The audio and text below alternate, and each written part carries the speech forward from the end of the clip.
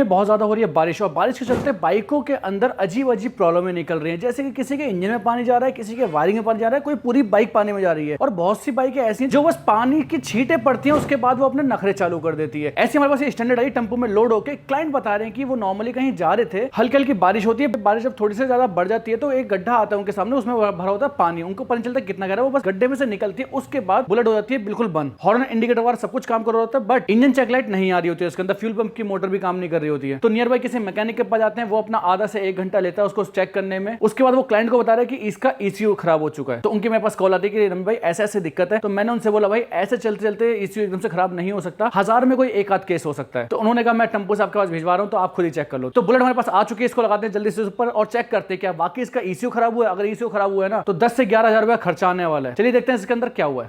तो दोस्तों बाइक ऊपर आ चुकी है, अब इसमें चेक करते हैं कि आखिर प्रॉब्लम क्या हुई है। क्लाइंट का बताना है कि भाई जिस मिस्त्री को चेक किया उसने बोला भाई इसकी ECU में दिक्कत है, तो वो चेंज करना पड़ेगा। तो ऑन कर रहे हैं, करंट आ रहा है, ऑन बज रहा है, इंडिकेटर वर्किंग है। अच्छा, किल स्विच ऑन करने पे इंजन चेक लाइट नहीं आ रही है। यहाँ से भी वायरिंग वाला कुछ खोल रखी है। तो सबसे पहला हमारा काम ये रहता है, अगर यहाँ पे करंट हमारा सही आ रहा है, मीटर वगैरह में हॉर्न भी सही बज रहा है, तो इसका मतलब बैटरी में तो करंट है। तो इसके फ्यूज़ वगैरह चेक करते हैं। ये लगाओ, ऊपर ऑन करो। क्या लगा रखा है रिले, हमारा फ्यूज़। जब फ्यूज़ हम खोलेंगे ना, ढक्कन के पीछे इस साइड कैप पे लिखा रहता है हमारा कौन सा फ्यूज़ किस चीज़ का है। अब यहाँ पे देखो ऐसे लगाएंगे तो ये चार्जिंग, टेल लैंप, इग्निशन ऐसे है ना, तो सब लोग सोचते हैं ये ऐसे है, बट ये इस तरीके से। तो स्टिकर ये हमेशा मुझे मोस्टली गाड़ी में उल्टा ही मिला है, तो इसलिए ना आप नंबर चेक कर लिया करो फ्यूज़ के नंबर। जैसे ये चार्जिंग का 25 है तो यहाँ 10 लगा हुआ, 25 वाला ये है। हाँ, कोई फ्यूज़ पलट दे तो भाई गड़बड़ी हो सकती है। बाकी स्टार्ट ये होते हैं इस तरीके से, जहाँ से ढक्कन खुल रहा है ना, ओपन हो रहा है, जब ये बंद होगा तो ऐसे स्टार्ट हो रहा है। तो हमारा पहला है चार्जिंग का, दूसरा है टेल लैंप, तीसरा है इग्निशन। ये लिखो ना इग्निशन EFI, और हमारा यही चीज़ में करंट नहीं आ रहा। यहाँ से तीसरा नंबर निकालेंगे फ्यूज़। निकालियो खाली वाला नोस प्लस से, दिखाओ। ये फ्यूज़ शॉर्ट है, ये देखो, ठीक है। फ्यूज़ दूसरा लगा के चेक करते हैं, निकालो। 1 मिनट, ये स्पार्किंग का निशान आ रहा है अंदर, देखा ना, ये सही है फ्यूज़ स्पेयर वाला, ठीक है। इसको इग्निशन ऑन करते हैं, फिर स्विच ऑन करते हैं। ये साइड में 3 लगे होते हैं, यहाँ पे स्पेयर है, बस को लगाते हैं, पकड़ने से खाली।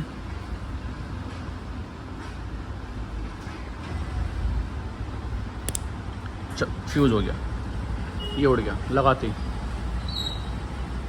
स्पार्किंग हुई है इसमें।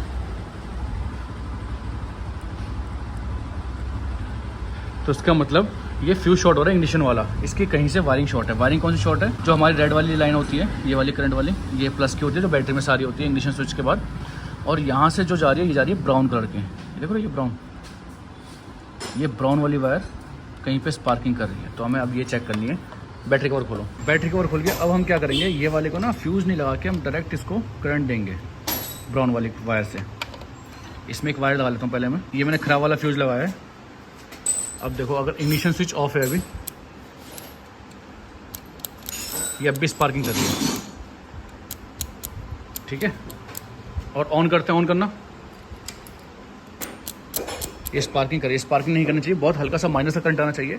अब बेसिकली ये वायर कहाँ कहाँ जाती है, ये वायर हमारे इग्निशन स्विच के सिस्टम में सब में जाती है। जैसे किल स्विच ऑन करते हैं, अगर हम इसको ऑफ करते हैं तो यहाँ पे स्पार्किंग होनी बंद हो गई। ऑन करना हो रही है, ठीक है। अब हम इसकी चेक करेंगे जहाँ जहाँ इसकी सप्लाई जाती है। BS6 में सबसे ज़्यादा देखने को मिलता है O2 सेंसर, लेग गार्ड से ख़राब हो जाता है। बट ये बे यार, ये तो ऑलरेडी एमसिन लगा रखी है। इसका डिस्कनेक्ट करना है, इसको ज़रा, इसका प्लग निकालना है यहाँ से। बता रहे ना क्लाइंट, बारिश में भीगे तो हो सकता है यहाँ पे कुछ हुई हो, निकाल दी।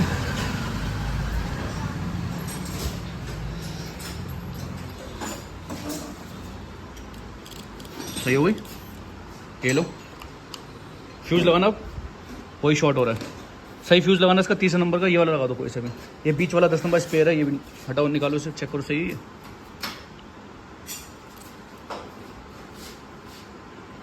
हटाओ तीसरा नंबर, लगाओ, बस हो गई।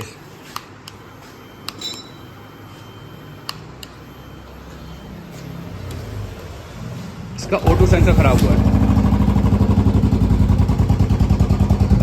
फ्यूज लगा हुआ है। एक बार कनेक्ट करना उसको, करो कनेक्ट करो उसको तार को ऑटो सेंसर के।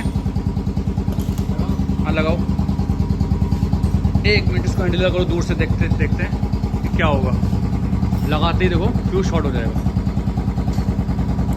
हाँ गया, निकाल दो। इसका ऑटो सेंसर खराब हुआ है, वही शॉर्ट हुआ है। ऑलरेडी इसमें एमसील लगा के लगा रखी है, मतलब लेग गार्ड देखो ना अंदर से लगाया ये। इसका मतलब ये पहले लेग गार्ड बाहर से होगा जिसने ये ऑटो सेंसर हमारा ख़राब कर दिया है, और उसके बाद एमसील से कवर कर दिया है। ऑटो सेंसर की दिक्कत थी, और वहाँ मैकेनिक भाई साहब बोल रहे थे कि इसका ECU डलेगा पूरा थ्रॉटल बॉडी के साथ, जिसकी कॉस्टिंग 10,000 से प्लस है। यहाँ से हटाओ ये सारा सिस्टम, इसको सही से पैक करो पूरा, और यहाँ पे स्पेयर फ्यूज़ रखो 10-15 का, 5 का तो है, और यहाँ पे 10 वाला स्पेयर वापसी लगाओ, और यहाँ पे 15 नंबर फ्यूज़ लगाओ। एक बार क्लाइंट से बात कर लेते हैं कि मैकेनिक ने आखिर बोला क्या था। हेलो भाई जी, कैसे हैं? बढ़िया है जी। बस आपकी बाइक मैंने लगा रखी है बुलेट को, और आपको क्या कमी बताई थी उसने मैकेनिक ने? तो मैं आया था तो मेरी बाइक ना पानी में मतलब ज्यादा चली गई थी गड्ढे में। हाँ। तो फिर मैं मैकेनिक के पास आया तो उन्होंने बताया ECU खराब है। ECU खराब है? जी जी। और कितने पैसे बताए थे उसके? 10,000 रुपए का खर्चा होता है। 10 का खर्चा बताया था। हाँ। चलिए आपके लिए गुड न्यूज़ है, मैं जल्दी एक गुड न्यूज़ देता हूँ आपको, ठीक है? जी जी। ओके भाई। तो एक ही मैसेज करना चाहूँगा, पहले अच्छी तरह तसल्ली कर लो, वायरिंग को समझो कि वायरिंग कैसे कैसे काम करती है, क्या क्या काम करती है, उसके कनेक्शन कहाँ जा रहे हैं, उसकी तारें कहाँ फैली हुई हैं, उसके बाद कोई decision low. Step by step काम होना चाहिए हर एक चीज़ का, तो आप सही जगह पहुँच जाओगे। चलिए इसका काम करते हैं फिर। अब ये शॉर्ट हुआ है इसका, तो क्लाइंट का कहना है वो थोड़े टाइम बाद इसको कार्बोरेटर में कन्वर्ट कराएंगे BS3 BS4 में, क्योंकि इसमें बता रहे हैं कि इशू आ ही रहे हैं सेंसर के थोड़े से, या RPM वगैरह का भी इशू रहता है इसके साथ, क्योंकि ऑटो सेंसर की जो कॉस्टिंग है वो भाई 4,000 रुपये के आसपास पड़ती है। तो उन्होंने बोला भाई कुछ ऐसा करो कि फिलहाल के लिए काम चल जाए, देन इसको तो उनके लिए तो बेकार ही है फिर ये, क्योंकि कार्बोरेटर वाली में ऑटो सेंसर काम कर नहीं होता। तो हमने ये अरेंज कर लिया है, ठीक है। इसको लगाते हैं, ये सेकेंड हैंड है, लगा के इसको रीसेट करते हैं। इसका कोड आ गया होगा ना, हमने निकाल के स्टार्ट की थी, एरर कोड इसका आ गया होगा ऑटो सेंसर का। तो एक बार रीसेट करते हैं, देन इसको स्टार्ट करके चला के देखते हैं। वायरिंग ऐसे लगाना कहीं टच ना हो, और ऊपर कर दो। बाकी सिंगल डंडे का ये वाला जुगाड़ सबसे बढ़िया है, उल्टा करके लगा दो तो ऑटो सेंसर ख़राब नहीं होगा।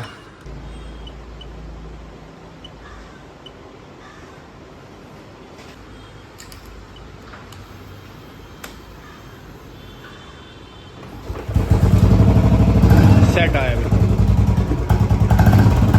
परफेक्ट एकदम। कल ये सब हटाओ, चला के देखते हैं इसे, फिर कंप्लीट कर दो इसे पूरी।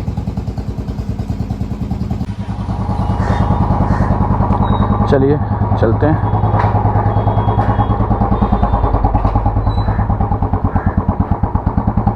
देखते हैं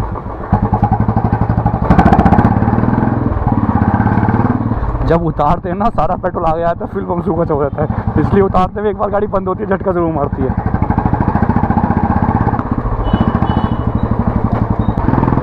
सही है, पिकअप वगैरह भी बिल्कुल परफेक्ट है, बढ़िया चल रही है बाइक, पिकअप वगैरह भी सही है, ऑटो सेंसर भी बढ़िया काम कर रहा है। इंजन चेकलाइट नहीं आई है अभी तक इसके अंदर।